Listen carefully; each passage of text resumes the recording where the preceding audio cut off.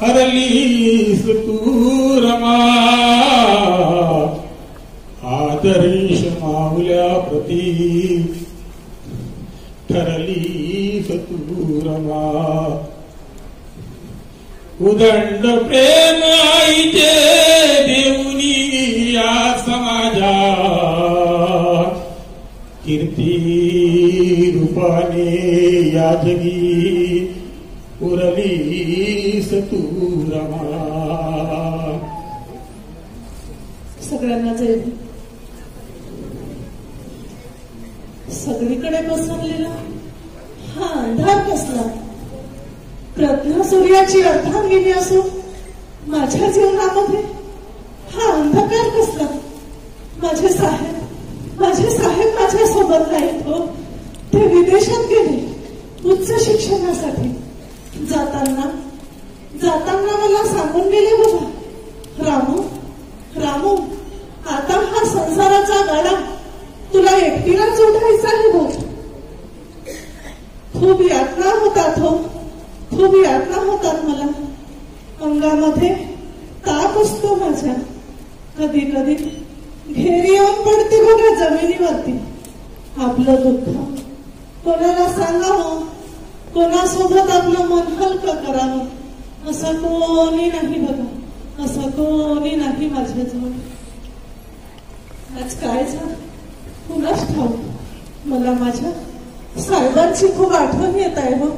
मला माझ्या साहेबांची खूप आठवण येत आहे. पण हा आवाज कसला? हा आवाज कुठून ऐकायला येत आहे? ह्या जय जयकाराच्या घोषणा ह्या कुठून ऐकायला येत आहेत? माझे साहेब आले असतील काय? माझे साहेब आले असतील काय? मी सारा काही पाहत होते ह्या पाणावलेल्या डोळ्यांनी. शांत उभे होते एका कोपऱ्यामध्ये. आणि हा सारा जनसमुदाय पाहत होते. आणि ही सारी माणसं साहेबांच्या नावाच्या जय जयकाराच्या घोषणा करत होते. साहेब आले, विदेशात आले, बॅरिस्टरची मोठी पदवी घेऊन आले. बाई माझे साहेब आले, विदेशात आले, बॅरिस्टरची मोठी पदवी घेऊन आले. डोंगरा एवढा आनंद झाला बघा, मला डोंगरा एवढा आनंद झाला. आज माझे मामांजी असते तर लेकराचं कौतुक बघून त्यांचं मन किती भरून आलं असतं बघा. त्यांची छाती आनंदाने उंचावून गेली असती.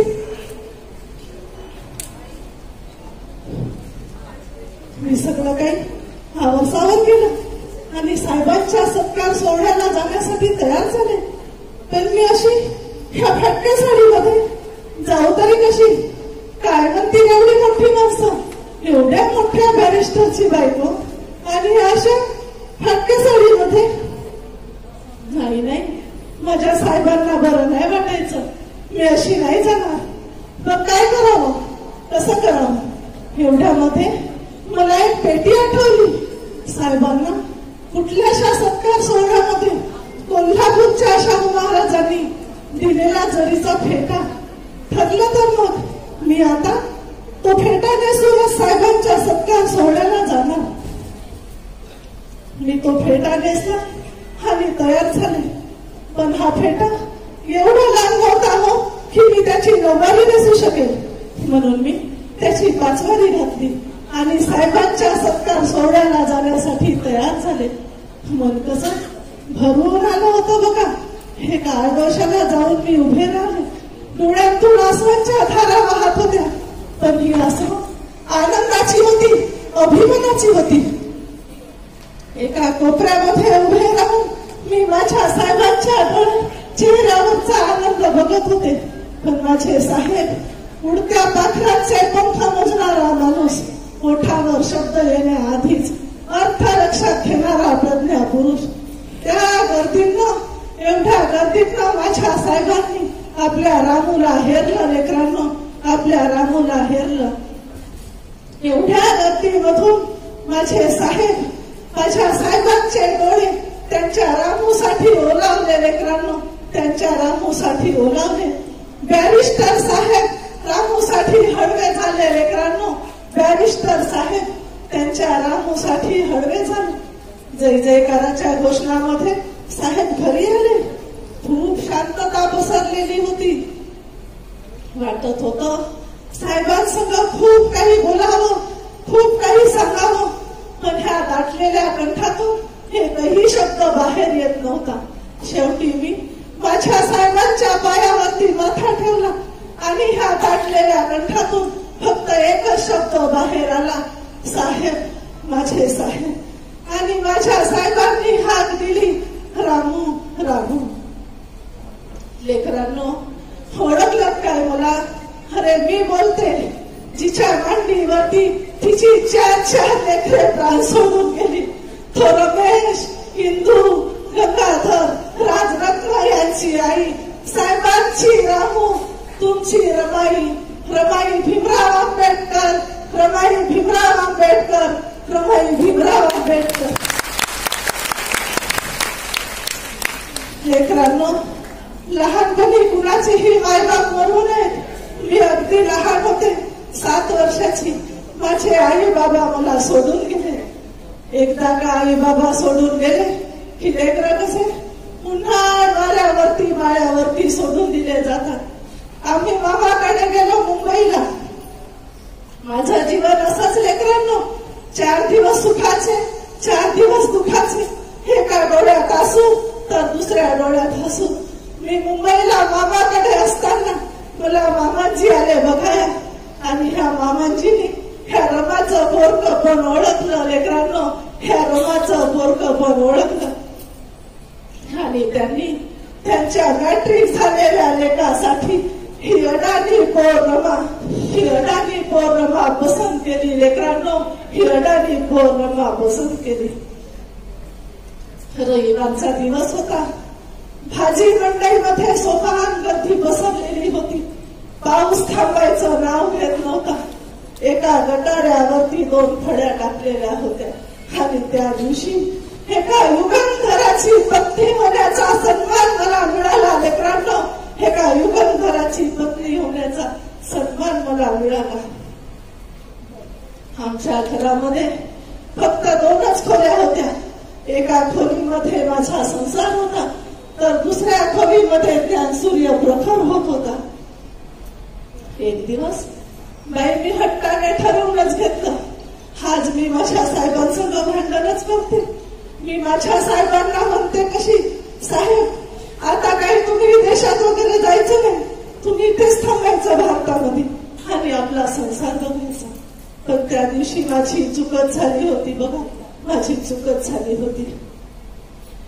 मला माझ्या मामांजींनी सांगून ठेवलं होतं, रमा, हा सूर्य आहे, हा सूर्य आहे. ह्या सूर्याला तो कधी कोणत्या बंधनात अटकवशील नको. ह्या सूर्याच्या पायामध्ये तू कधीही कोणत्या बेड्या टाकशील नको. हा सूर्य जर बंदिस्त झाला तर हे दुःखी त्यांची लाखो करोडो जनता होरपडून मरेल. रमा, होरपडून मरेल. तू ह्या सूर्याला कधीही कोणत्या बंधनात टाकशील नको. त्या दिवशी माझ्या अंतर्मनाने विचारच केला बघा, आता मी माझ्या साहेबांना विदेशामध्ये उच्च शिक्षणासाठी आनंदाने निरोप देणार. तो दिवस आला लेकरांनो, तो दिवस आला आणि मी माझ्या साहेबांना विदेशामध्ये उच्च शिक्षणासाठी आनंदाने निरोप दिला. त्या दरम्यान आमचा बाळ गंगाधर आजाराने पडून होता. आता काय करावं? माझा बाळ जन्मताच माझ्या पदरामध्ये आजारपण घेऊन आलं होतं. माझ्या बाळाला सोबत न्यायला माझ्या सोबत कोणीच नव्हते. मामाची नाही, आत्याबाई नाही.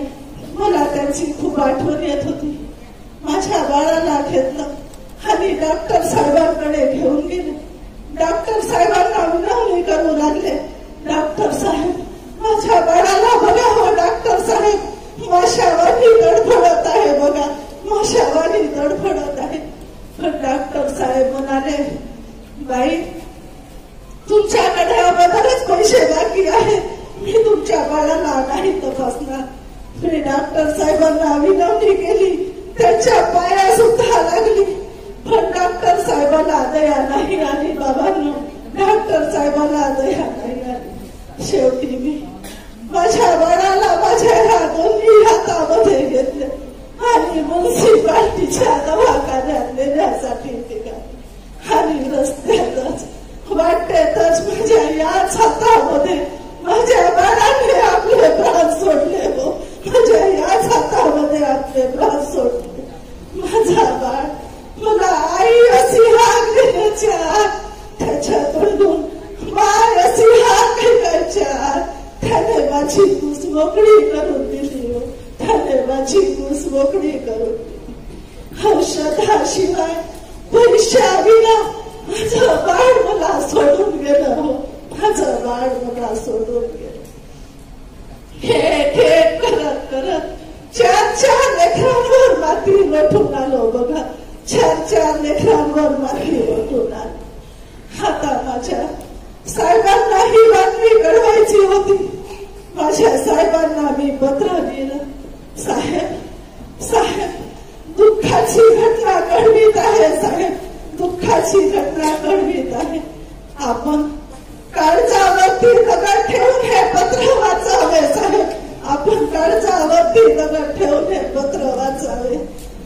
आपला गंगाधर या जगात नाही राहिला. साहेब आपला गंगाधर या जगात नाही राहिला. मला माहित आहे साहेब, आपण हे पत्र वाचाल तेव्हा तुमच्या डोळ्यातील आसवांच्या धारांनी तुमच्या पुस्तकातले अक्षर सुद्धा वाहून जातील. साहेब तुमच्या पुस्तकातले अक्षर सुद्धा वाहून जातील. पण आपण हिंमत हारू नका साहेब, आपण हिंमत हारू नका. आपला एक गंगाधर गेला, पण असे अनेक गंगाधर जगले पाहिजेत. यासाठी आपण एकदाच औषध काढावं साहेब, आपण एकदाच औषध काढावं. अहो पत्रात लिहिते रमा, माझी चिंता न करता शिका. मी आले करांना सांभाळते, पण तुम्ही साहेब स्वतःला जपा. पण तुम्ही साहेब स्वतःला जपा. खूप दुःख आले बाबांनो, खूप दुःख आले आमच्या जीवनामध्ये. पण ह्या दुःखाला कवटाळून बसाया सवड नाही मिळाली बाबांनो. ह्या दुःखाला कवटाळून बसाया आम्हा सवड नाही मिळाली. एक दिवस मला माझे साहेब म्हणू लागले, रामू ह्या तलावाचं पाणी, हे सारे पशु पक्षी प्राणी, हे सारे ह्या तलावाचं पाणी पितात ग रामू. हे सारे ह्या तलावाचं पाणी पितात. आणि आपण तर माणसं आहोत. आपण ह्या पाण्याला शिवायचं सुद्धा नाही. आपण ह्या पाण्याला शिवायचं सुद्धा नाही. आता मला माणुसकीचा लढा लढायचा आहे रामू. मला माणुसकीचा लढा लढायचा आहे. मला महाडच्या चौदार तळ्याचा सत्याग्रह करायचा आहे रामू. मला महाडच्या चौदार तळ्याचा सत्याग्रह करायचा आहे. मी म्हटलं साहेब मला यातलं काही तेवढं कळेना बघा, मला यातलं काही तेवढं कळेना. पण एवढं नक्की समजलं होतं माझे साहेब आता काहीतरी मोठं कार्य करायला निघाले आहे. म्हणून माझ्या साहेबांना मी विनवणी केली, साहेब मला पण आपल्यासोबत घेऊन चला साहेब.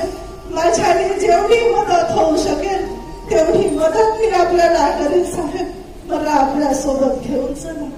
पण माझ्या साहेबांनी माझ्या तब्येतीचं कारण सांगितलं.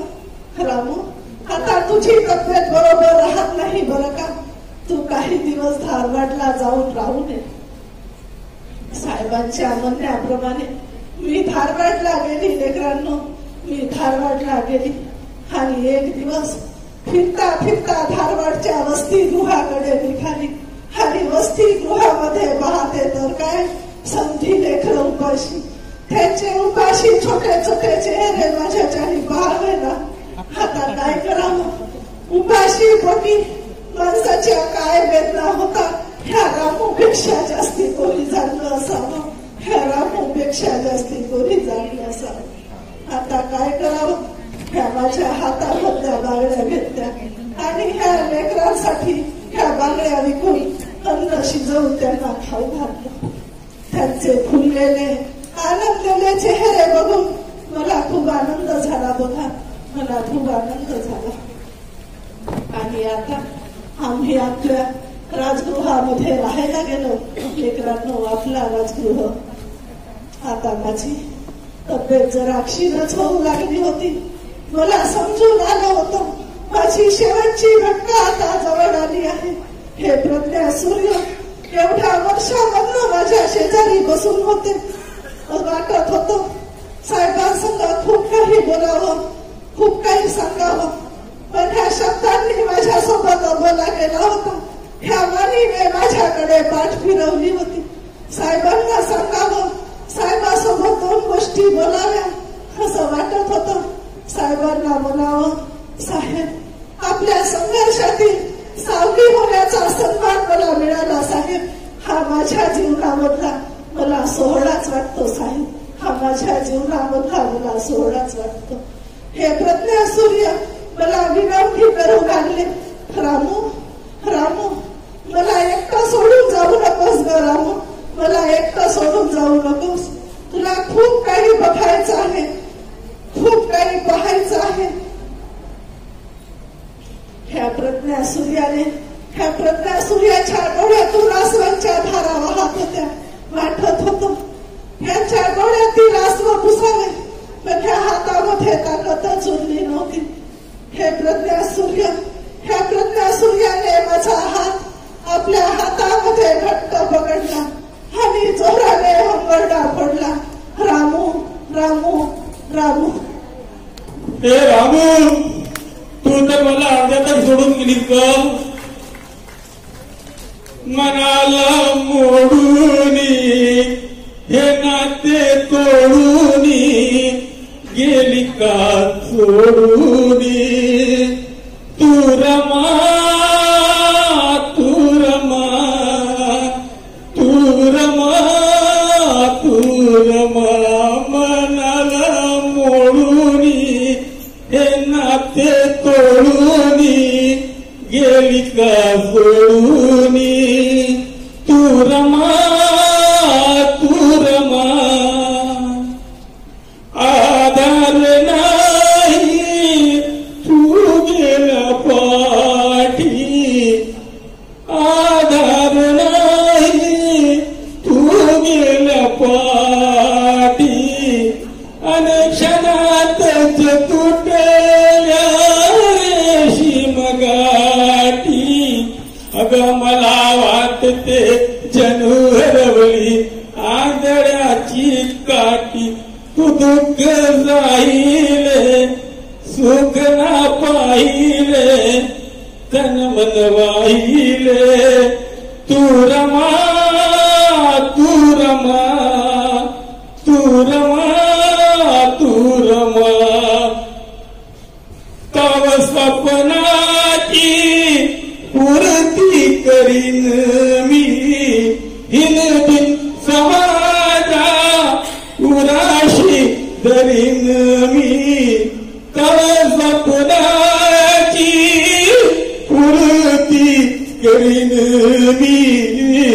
हिन बिन समाजा उराशी धरीन मी. कर्तव्य करता आले मरंजन, अजूनही मरीन मी. कर्माची योगी तू जीवन संगी